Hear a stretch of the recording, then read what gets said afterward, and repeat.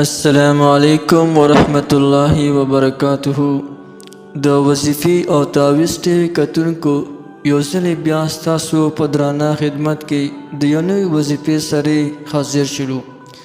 نن مو ستاسو دپاره یو داسې وظیفه راوړې ده، که دا وظیفه موږ او تاسو په دې ترتیب سره وکړو، زموږ او د ستاسو به تمام مشکلات الله جل جلاله حل کړي.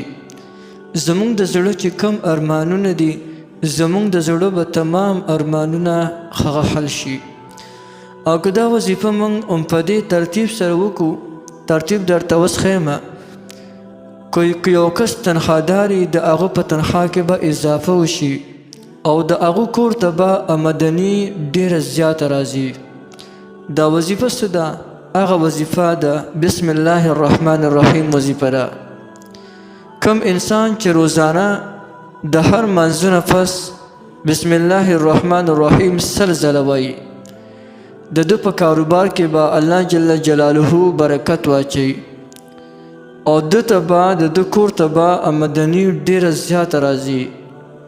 او بل چې د دې انسان د زړه دا څومره خواهشات دي، الله جل جلاله به د ده د زړه تمام خواهشات او ارزونه دا ورته الله جل جلاله پوره کړي. نو یو ډېره ښکلې او مزیداره وظیفه ده، هر څوک یې کولی شي، هر چاته د دې وظیفې اجازه شته دی. او دا وظیفه نورو ملګرو ته هم شیر کړئ چې هغوی هم د دې وظیفې نه فایده واخلي.